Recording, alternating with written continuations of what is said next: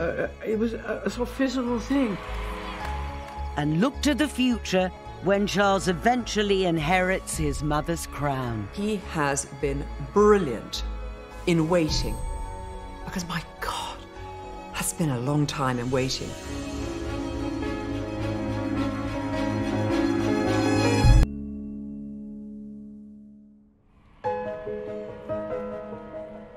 Queen Elizabeth II is the ultimate matriarch. At 93, she's Britain's longest-serving monarch. As a young woman, she pledged her life to one of service and duty. I declare before you all that my whole life, whether it be long or short, shall be devoted to your service. Today, she is one of the most powerful and respected world leaders. So how has the Queen managed to adapt to the changing decades? And what qualities will Charles need to make the crown his own? The Queen's discretion, I think, is her secret weapon. She very, very, very seldom puts her foot wrong. I don't think she would ever, ever pull herself up to her full height. She's just not that sort of woman. And that, I think, is one of her secrets, actually. Poise, dignity, gravitas, immense stamina.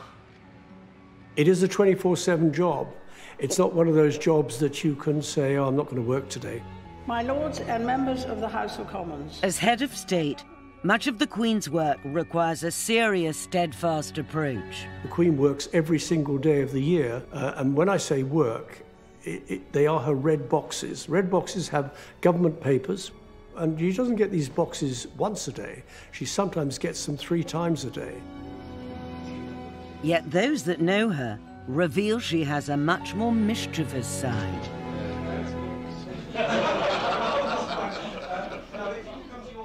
She's a wonderful mimic, and she can take all accents of things, and she's got a very good eye. I mean, she'll notice somebody, and she will, you know, after they've left or gone, she'll take them off. Every year, the Queen goes into a toy shop at Balmoral and buys a number of small toys for the children. And while she was in the shop, this American lady said to her, "Gee, honey, you look just like the Queen." The Queen said, "How reassuring." Royal photographer Ken Lennox has photographed the Queen for over half a century. He's seen how the Queen's dry sense of humour has carried her through some tricky situations. It's the Queen talking to her shepherd, which she did once a year, and he would relay to her how the flock had gone that year, and he would address her in a very, very thick Aberdeenshire accent. It actually has a name for the language called the Doric. And the Queen is laughing because she can't understand a word that he was saying to her.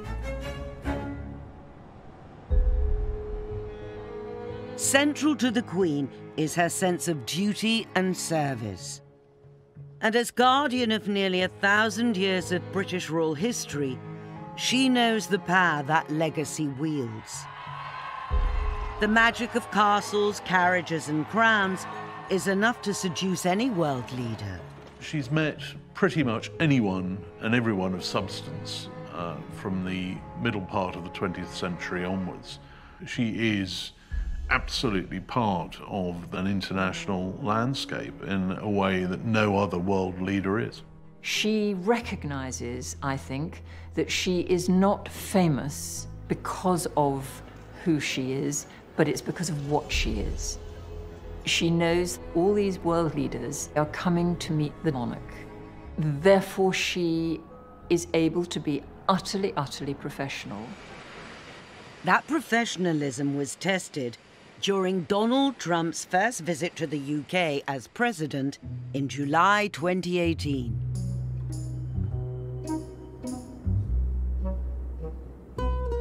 Either he's been very badly briefed or he's forgotten, so that when he meets the Queen, he doesn't bow as he should have done. And then when they're walking together, he walks in front of her. Nobody walks in front of the Queen. And yet the Queen seems completely unmoved by all of this and just sort of shoos him on a bit. Despite the protocol faux pas, the Queen got on with doing what she does best. They'd only allotted 20 minutes in the diary for this meeting. In fact, it overran by twice that length. It was a huge success by all accounts. She's always going to be the most important person in a room, but she doesn't have a sense of importance. One of her favourite jokes is if a phone goes off, she says, "Oh, that must be somebody very important." So although she has a great sense of herself and, you know, she is the Queen, but she's still Lilibet. Lilibet Windsor was thrust onto the world stage with the sudden death of her father on February the 6th, 1952. A year later, she was crowned Queen, aged just 27. Despite being in the grip of post-war austerity, this was Britain's chance to put on a show. Britain in the early 50s, there is still rationing. It's drab, it's poor, people stand in queues, women wear headscarves. Prime Minister Winston Churchill famously said, "You can't have coronations while there are bailiffs in the house." So Britain had to look great. This couldn't go wrong. There was so much riding on it. It was a huge feat of organisation with 29 bands and 13,000 soldiers. There was a feeling that Britain now had to re-establish itself after war, after austerity, after the end of empire, and royal ceremonial is the best way of waving the flag for brand Britain. A huge wave of cheering travels with her, pouring along the Mall as though it would lift her and carry her on her way. On June the 2nd, 1953, up to 3 million lined the streets of London to witness the arrival of the new Elizabethan age. Waiting at the Abbey was 20-year-old Lady Anne Cook, today Lady Glenconner. I remember standing at the door and suddenly we heard the roar and we knew she was coming, and the roar got louder and louder and louder. And then round the corner came this golden coach. The colour and the music, I mean, it was like a sort of Disney film. I mean, absolutely unreal. Lady Anne had been handpicked to be one of the Queen's 6 maids of honour. We all had to be daughters of earls, marquises or dukes. And we were treated, rather fanciful perhaps to say this, like a girl band.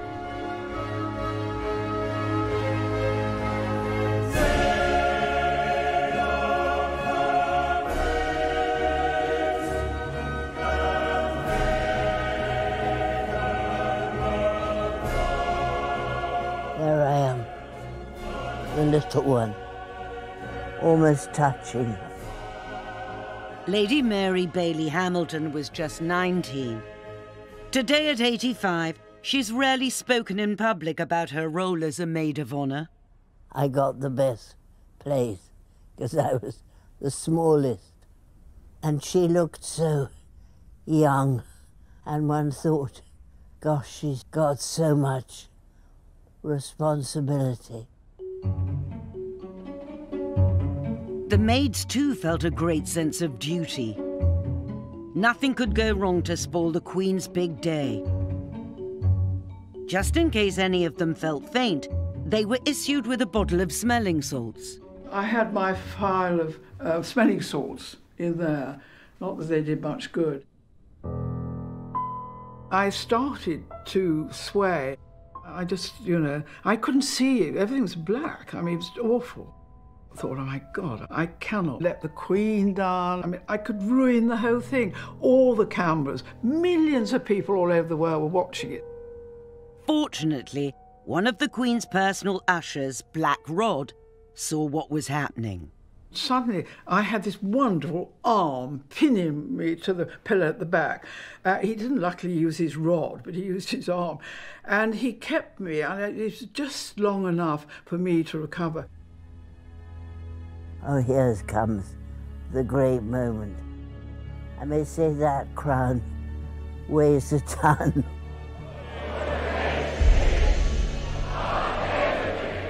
We all thought we were part of history.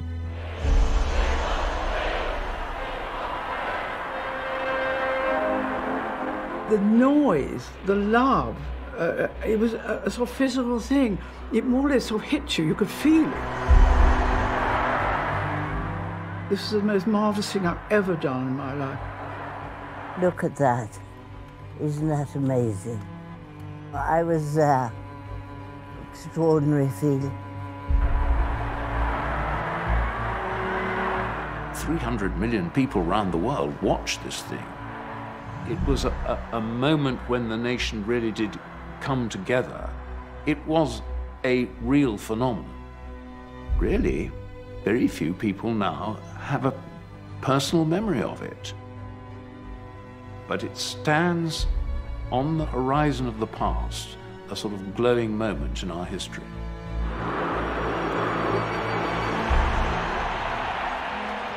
Since the coronation, the diminutive Queen has emerged as a giant on the world stage. She has met almost every world leader in the past 67 years, although not all were warmly welcomed. For the first and only time in her life, she actually hides in a bush in the palace garden to avoid her own guests.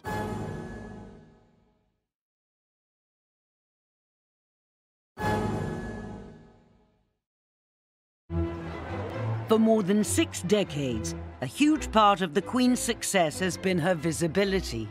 Ever since the spectacle of the coronation, she's gone to extraordinary lengths to be seen. Not only in Britain, but around the world. The Queen's job is terribly easy and impossibly difficult. She has to smile and wave, and she's pretty good at doing that. But she also has to relate to her subject. She can't just be the gloved hand in the gold coach. She has to be seen, as she says, to be believed. She knows that people have come to see her. She knows how important that is. She recognizes that there's something that is a big deal in people's lives, something that they will talk to their children and their grandchildren about the day they met the Queen. I remember in Kingston, Jamaica, the Queen was determined to do a walkabout. She said, I'm Queen of Jamaica, I will go to downtown Kingston. So she began this walkabout, and the ladies are saying, nice, nice, nice, and they're putting their arms around her. I'm afraid the bodyguards practically lifted her up and threw her into the back of the Land Rover. But she wanted to be seen, and she wanted to meet the ordinary people. Wesley Kerr was royal correspondent throughout the 90s. He regularly accompanied the Queen on overseas visits. She knew that my father was in Jamaica, so she said, did you see your father, Mr. Kerr? And I said, yes, yes, he came down and and he said, did he see me? She wanted to know that the work that she was doing was having a reaction. One of the Queen's secrets is her trademark block colour outfits. At a little over 5 feet, she's learned how to stand out in a crowd. Once upon a time, monarchs were very identifiable because they were wearing crowns and they had jewels and they were sitting on thrones. That is no longer the case. People are going to queue up behind barriers and wait for hours for a glimpse of their monarch. Then she's got to be looking the part. And the Queen looking very bright and summery in turquoise and yellow. Where clothes are concerned, it matters terribly to her. Margaret Thatcher made an extraordinary overture to her when she became Prime Minister. She asked her whether she should consult the Queen about their dresses not clashing. And she got a very chilly note back from the palace saying, "The Queen does not notice what other people are wearing." She's got to stand out. That's why she does wear primary colours. That's why you will see the hat in a crowd of thousands, and that's for a very good reason. She once said to one of her dressers, "I can't wear beige because no one will know who I am." The Queen's eye for making a statement goes right back to her coronation. Her dress, which took 8 months to create, was embroidered with flowers from both Britain and the Commonwealth in gold and silver thread. She looked incredible. It was a most beautiful dress, heavily embroidered, with all the symbols of the rose and daffodil. The maids, too, each had dresses which were equally ornate. Brings back memories, does it? Certainly does. I couldn't get into them now. The point was that they are tremendously embroidered down the back, because we were seen from the back a lot. But as you can see, it wasn't lined. And here, you can see where the embroidery is extremely prickly. But we were so proud of them. Throughout the months of preparations, every effort was made to keep their dresses a secret. The last rehearsal, we were told to wear our dresses. They said, wear a shawl, you know, to hide it. Well, when we left the Abbey, there was quite a wind, and my shawl got whisked away, and to my horror the next day, front page, she didn't know it was a secret. And I thought, oh, help, how awful. The Duke of Norfolk is bound to ring me up now and say, look, I'm terribly sorry, Anne, but you can't take part. It is a piece of history. Lady Mary has also kept her precious dress. Well, what I think is lovely is that I can show it to my children and grandchildren. I haven't got any great-grandchildren yet, but hopefully I will have soon, and they will think, goodness me, what's that? Because it was very beautiful. This dress is on stamps, it's on coin, you know, everywhere. You turn on the television, quite often there's a picture of the Queen at her coronation with us behind carrying the tray. It's an iconic dress, isn't it? Nearly 70 years later, the coronation still stands as the finest example of British royal pomp and pageantry. As a young queen, Elizabeth was quick to learn the power of perfectly executed royal ceremony.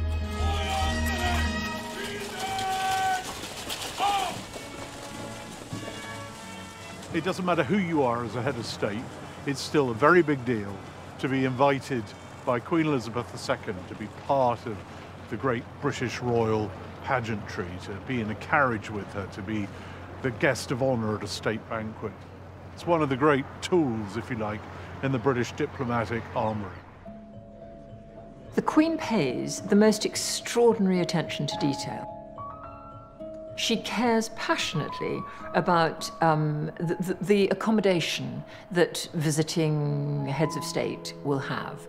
She will inspect the rooms herself. She will choose what books should go by their bedside. When she gives a banquet, she will inspect the table, and everything is done with a tape measure. She is a very, very accomplished hostess. While it is the Queen's job to wine and dine, it's not her job to choose her guests. That's the preserve of the government of the day. And occasionally, the guest list has caused considerable panic at the palace. Every now and then over the years, I'm afraid the government has invited one or two shockers. President Mobutu of Zaire was definitely a low point, particularly when his wife smuggled her pet dog through customs. The Queen was very unhappy about that. But there was another state visitor who was even worse than the Mobutus. 5 years later, arrived from Romania, Nicolae and Elena Ceausescu, the nadir in the Royal Visitors Book. Nicolae Ceausescu ruled communist Romania with an iron grip for nearly 25 years. Yet despite his despotic reputation, by the mid-1970s, he was willing to stand up to the Soviet bloc. The government think maybe this is a man we could do business with behind the Iron Curtain. He may be ghastly. In fact, we know he's ghastly, but let's get him here nonetheless. At the National Archives, Daily Mail journalist Robert Hardman has unearthed a stack of documents which reveal the worry that Ceausescu's visit caused. The press have started to question the Foreign Secretary, David Owen, and say, why are we inviting this monster to come to Britain? And here is a background briefing sent from David Owen's private secretary to the Foreign Secretary, and this is an extraordinary handwritten note at the top. Who did agree to this visit, writes David Owen. Did I? If I did, I regret it. Do you remember writing that? Well, I've read it. I certainly, absolutely, I think the answer is that, you know, at various stages you can technically stop it. But I mean, it's purely technical. I mean, the repercussions of blocking that visit would have been huge. Somebody asked me why I didn't mention it in my memoirs. I said, I'm trying to forget that it ever happened. Years later, it emerged just how much the Queen had disliked her guests. So much so that while walking in the gardens at Buckingham Palace, she made a very unregal quick exit. She once told a lunch guest, who in turn told me of the occasion when they were staying, and she took the corgis out for a walk in the palace garden, and she could see the Ceausescus coming the other way, and thinks, I can't face talking to them. So for the first and only time in her life, she actually hides in a bush in the palace garden to avoid her own guests. The Queen puts up with having many different people, but Ceausescu was too much for her. She made it quite plain. She didn't like that visit. Years afterwards, she would still refer to Ceausescu as that frightful little man. Despite the awkwardness of Ceausescu's visit, the Queen's decades of experience carried her through. But occasionally, some of her guests have tried to get a little too familiar. President Reagan put his hand in the Queen's lower back to escort her to the ranch. We all couldn't believe it. With the Queen's record-breaking reign spanning nearly 7 decades, she has been a constant in an ever-changing political landscape. From the Suez Crisis to the miners' strike, 9/11 to Brexit, the Queen has seen it all. She has got more political experience than anybody else in the world. She's had the red boxes delivered to her ever since the 1950s, and so she knows exactly what's going on. For the Queen, her vast experience affords her great power. As such, she can humble even the most formidable of political beasts. In 1969, US President Richard Nixon came to tea at Buckingham Palace. Nixon, a really shrewd politician, extremely hard-nosed, and yet he comes to Buckingham Palace and his knees turn to jelly. It's a most extraordinary thing. I think it's to do with the ineffable prestige of a monarchy that goes back to, you name it, William the Conqueror, Ethelred the Unready, and I think somebody like Nixon realizes that he's touching the hem of history, really. It's magic. During her reign, the Queen has met 11 sitting US presidents. Always welcoming, she has played a large part in developing the so-called special relationship. Yet few got as close as the flamboyant actor-turned-president, Ronald Reagan. Ronnie Reagan come out and he's got cowboy boots on and he stuck his heel into the gravel and scraped a line for us to stand on. Ken Lennox was waiting at the Reagans' Californian ranch, just as the president got a little too familiar with the British monarch. The Queen arrives by car. She gets out. President greets her. And they turn to do a photograph. Snap, snap, snap. And they turn to go away. And President Reagan put his hand on the Queen's lower back. We all couldn't believe it. Reagan isn't the only US president to break the royal rules. In 2009, Michelle Obama caused a stir when she put her arm around the Queen. And President Carter raised a few royal eyebrows when he got rather intimate with the Queen Mother. Jimmy Carter kissing the Queen Mother on the lips, and she taking an abrupt step back and saying that, well, no one had done that since her husband died. It's not just over the pond that the Queen works her magic. From day one in the job, she pledged her commitment to the new Commonwealth.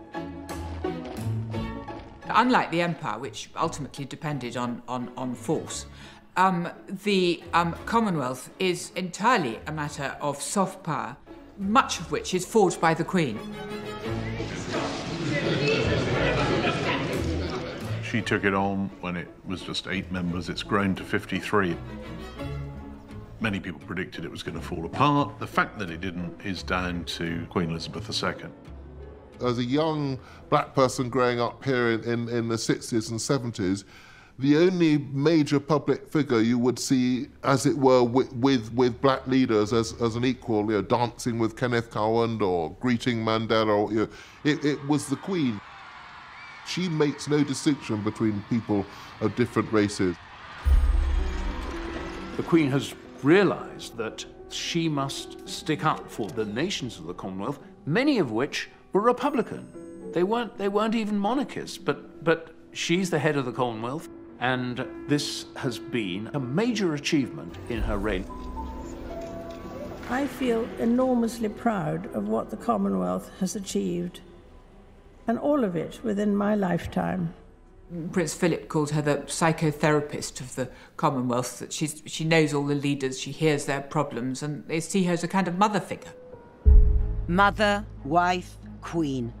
The job requires Elizabeth to play them all, and much more besides. Yet despite being the most famous face on earth, being monarch can be an isolating job. You are guardian of a whole heap of secrets you can't even share with your husband. You spend a lot of time with strangers. You are expected to know exactly why you're somewhere, why the people you're speaking to are there. I think it's a very lonely job, a very lonely job. But the Queen has a secret weapon, or as she put it, her strength and stay. Prince Philip, her dashing naval officer whom she married in 1947, has stood beside, or more accurately behind her, for over 70 years. He's not the kind of man you'd expect to follow a few footsteps behind someone else. Very forthright, but he attended to the Queen. He represented her. He did everything that he could to help, and he calls her Cabbage, for goodness sake. Can you imagine calling Queen Cabbage? Ken Lennox was on the wrong end of Prince Philip's forthright approach when he tried to photograph him twice in one day. He spotted me out the side of his eye, turned his head round, marched over to me and said, "Has my face changed so bloody much in 4 hours that you need to re-photograph it?" I just stood there petrified. Yet despite Philip's brusque nature, when called upon to do his duty, he was the first in line to swear his allegiance to his new Queen. Philip, Duke of Edinburgh, who with his hands between the hands of the Queen becomes her liege man of life and limb. This is the moment where he is subordinating himself and his role to supporting the Queen. He is dedicating his life not just to her as husband, but as defender, as her number one, if you like. The Duke of Edinburgh, I think, wanted to make the coronation wonderful for the Queen, looking after, but he was a bit fussy. We had been trained absolutely by the Duke of Norfolk. We knew exactly what to do. But I remember him coming out, saying, Anne, you better lift that up or do something, you know. And he wanted, I think, to be part of it, you know. And secretly, one was sort of thinking, oh, do wish he'd go away, you know. we know what to do. After the coronation, the Queen and Prince Philip undertook a marathon 6-month tour of the fledgling Commonwealth, becoming the first ruling British monarch to set foot in Australia and New Zealand. Her arrival sent the locals into a frenzy of patriotic fervour. This is the first time that I have spoken to New Zealanders in their own homeland. There was something almost medieval about that coronation tour. People were completely carried away. There was one town where they'd made a very special red carpet for the Queen to walk along, and after she left, no one could agree what should happen to it. So they cut it up into tiny pieces, and everyone in the town got a tiny piece of the carpet as a souvenir. In another town, everyone wanted a piece of the royal loo paper in the hotel that had been set aside for the royal rest stop. So each person who queued up, and they queued for a very long time, was handed one sheet of loo paper. Everyone's always pleased to see the Queen, but that country, they pulled out so many of the stops. Some sheep farmers even dyed their sheep red, white and blue. Since the coronation, the Queen has visited well over 100 countries. Today, she is the world's most travelled monarch. To an outsider, it might look like a dream job, but those in the know tell a different story. The royal tours are so organised, you wouldn't believe it. And it's minute by minute. I'm not exaggerating. 9:46, the Queen will arrive to open a new station. 9:49, the Queen will meet the Lord Mayor of such and such. 9:53, the Queen will get into the Royal Land Rover. 9:57, she'll arrive at the park. She will stay at the park for approximately 9 minutes and will receive a bouquet, and so on and so on. It's minute by minute. It's hard work, it's relentless work. I remember in 3 weeks in the Caribbean, she never seemed to sweat. Or I think perspire would be the word, or glow perhaps. She never glowed, never seemed exhausted. With so many people to meet and greet, sticking to the programme is essential. And while the Queen has learned to take her timetable seriously, there have been other royals who haven't always played by the rules. It's very important in these circumstances you do not panic. Linda Chalker was Minister of State for Africa and Overseas Development between 1989 and 1997. She organised several royal tours, including a trip to Nepal where Princess Diana went missing in action. One evening, when we had gone to bed, there was a knock, knock, knock on the front door. Did I know where the princess was? I said, what? She decided, having been invited by the Crown Prince to go out in his motor sports car, to go out with him. He had the roads closed off, and they had a little trip round the roads of Kathmandu. When the errant princess returned, she was unscathed but unrepentant. I said, that was a bit risky, Ma'am, wasn't it? Oh, it was all right, she said. It was fun. It's important never to panic, if you can avoid it. Now aged 93, the Queen has more than done her duty for the nation. But what does the future hold for the Crown? We're not anything like prepared.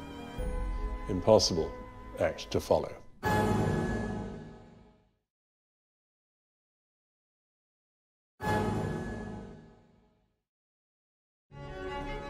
Castles, crowns, and corgis. Holding the top job comes with an array of perks. But for the Queen, none of them meant as much as her beloved royal yacht. Dating back to the restoration of the monarchy with Charles II, there have been a succession of royal yachts. And on the 16th of April, 1953, a crowd of over 30,000 braved the heavy rain to watch the Queen launch number 83. I name the ship Britannia. Sleek and elegant Britannia hark back to an era of great British maritime power. Britannia had an amazing serenity, rather like a small version of those old Cunard liners. And the Queen and the Duke particularly loved it because it was the only one of their many homes that they themselves had chosen the furniture for. The Royal Drawing Room, like many rooms on Britannia, has several pieces of furniture from the Victoria and Albert. It has duck-egg blue walls and a hyacinth blue carpet. Britannia really was a genuine home for the royal family. It could give them freedom, a sense of not having to worry who was looking around the corner. The Queen put it to her crew. She used to say, it's the one place where I can be myself. It was a very important part of all their lives. In her 44 years of service, Britannia would carry members of the royal family on nearly 1,000 trips all over the world. For me, from the household perspective, Britannia was a very welcome floating office. You know, you could catch up on your paperwork, you could make phone calls, you could get your laundry done, you could regroup. Really was a little piece of Britain coming into the harbour. Lots of business deals were done on that ship, lots of receptions were hosted. It was a fantastic place for her to relax, but it was also a brilliant, brilliant example of British soft power. Everybody wanted an invitation aboard. So if Britannia stopped in your country where you were the British ambassador and you were able to ask people for a drink on Britannia, everybody would turn up. I remember President Yeltsin came and showed a huge reluctance to leave. He thoroughly enjoyed his dinner and I think quite a lot of the wines as well. And would have gladly, I think, sailed with us to Finland if he'd had half a chance. Former Foreign Secretary David Owen also remembers Britannia's power to woo. In 1979, he was on board during a tour of the Gulf when the Queen hosted a dinner for King Khalid of Saudi Arabia. It was a terrific evening. He thoroughly enjoyed himself. You could absolutely see this. And when it eventually came for him to go, I mean, it was quite late. And then we suddenly saw a walking stick where he was waving it. And as he went away, he saw 100 yards, 200 yards, 1,000 yards. And he was still waving his stick. And he had the time of his life. So there's no doubt about it that it gave the monarch's visit something very special. After 4 decades and over 1 million nautical miles, the aging yacht was proving too expensive to run. So on December the 11th, 1997, at Portsmouth, Britannia was decommissioned. It was a freezing cold day. We were all on the quayside and there were several thousand former crew members and their families there, as well as the royal family. We were all in tears. It was the greatest vessel in the world. William Evans spent 6 months crewing on the yacht before becoming Lord Louis Mountbatten's valet. All the royal family were at the end in the marquee, the whole lot, everybody was there. Everybody had tears in their eyes. The Queen was streaming with tears. I knew she was upset. She wouldn't show it if she could help it, but she had a tear. She loved it, you see, the freedom.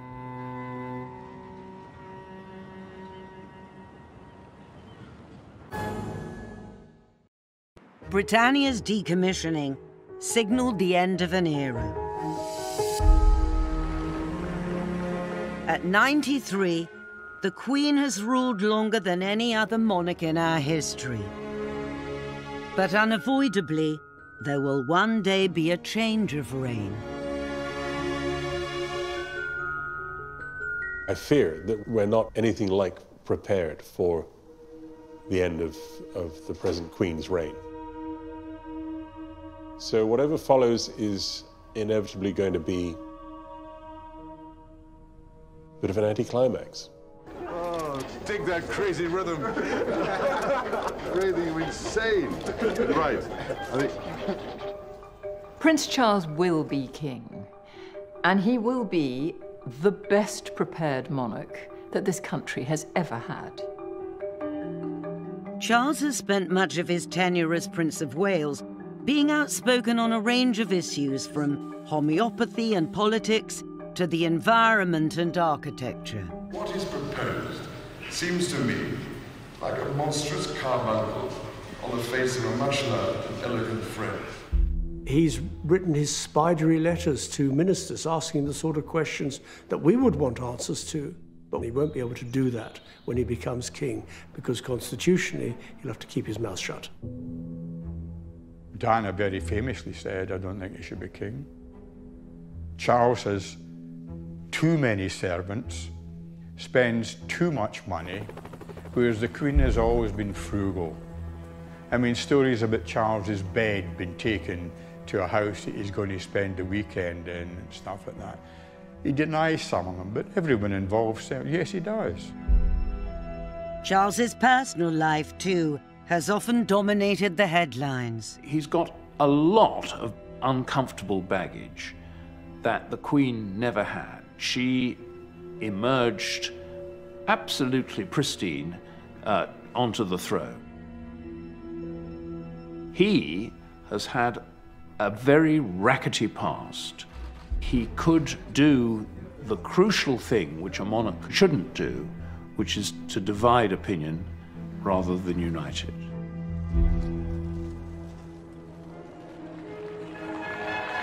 But in recent years, Charles's image has undergone a transformation. Now happily remarried, today he seems to be enjoying life. I think the nation has changed in its attitude towards Charles. Years ago, we wrote him off as a nutter who talked to his plants. That today, he is in a really good place. He has once again got back his joie de vivre. Aha. There'll be snow. He laughs again, he jokes, he's relaxed. The potential for a few flurries over Balmoral. Who the hell wrote this script? And I think that makes him a much better prince, and a much better father, and a much better man all round. You take someone like the Prince's Trust, which he started with the contents of his Royal Navy pension in the 70s, and it's become now the largest charitable network in this country. He's used his position to make a serious, tangible difference to the lives of a lot of his future subjects. He is a man who is utterly, utterly dedicated to hard work. He has been brilliant in waiting, because my God, that's been a long time in waiting. Despite Charles's preparedness, he still might have a while to wait yet. I mean, the Queen Mother lived a good old age, and I think the Queen will too. I mean, she's very, very fit. I mean, she's riding. I mean, I saw her riding the other day. Years ago, I remember one of her private secretaries telling her that Queen Juliana of the Netherlands had abdicated. And the Queen just looked at her and said, "Typically Dutch." There is no question the Queen will abdicate. Queen Elizabeth's record-breaking reign has spanned nearly 7 decades of extraordinary economic, technological, and political change. In that time, she has had to balance love with duty. You're not just marrying a person, you're marrying a job. Seen fairy tale marriages become the stuff of nightmares. We were living a lie. We were covering up for the fact that the marriage was dead. Watch her family become embroiled in scandal and gossip. Princess Margaret was so much younger than him, and people were very shocked. They felt he'd taken advantage. and suffered great personal tragedy and loss. The flames seemed to be 200 feet high. You could see it in her face. The emotion was palpable. Yet through it all, Queen Elizabeth II has remained resolute. So much so that whilst around the world other monarchies have fallen, the British crown has not only survived, but thrived. Today, the future of the House of Windsor seems assured.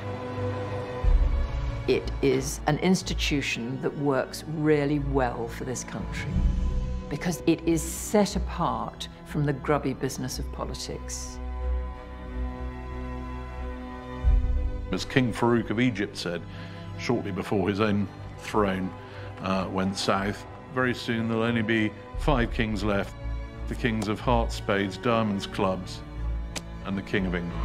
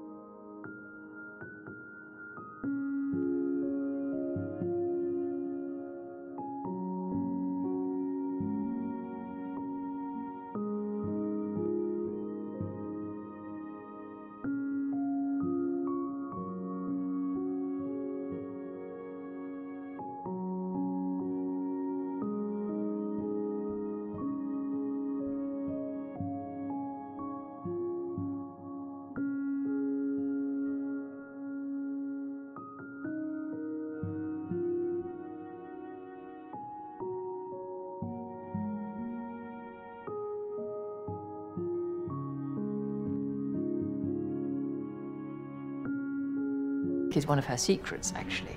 Poise, dignity, gravitas, immense stamina. It is a 24/7 job. It's not one of those jobs that you can say, oh, I'm not going to work today. My lords and members of the House of Commons. As head of state, much of the Queen's work requires a serious, steadfast approach. The Queen works every single day of the year, and when I say work, they are her red boxes. Red boxes have government papers, and she doesn't get these boxes once a day. She sometimes gets them 3 times a day.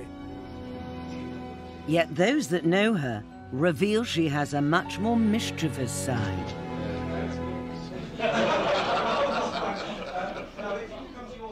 She's a wonderful mimic, and she can take all accents of things, and she's got a very good eye. I mean, she'll notice somebody, and she will, you know, after they've left or gone, she'll take them off.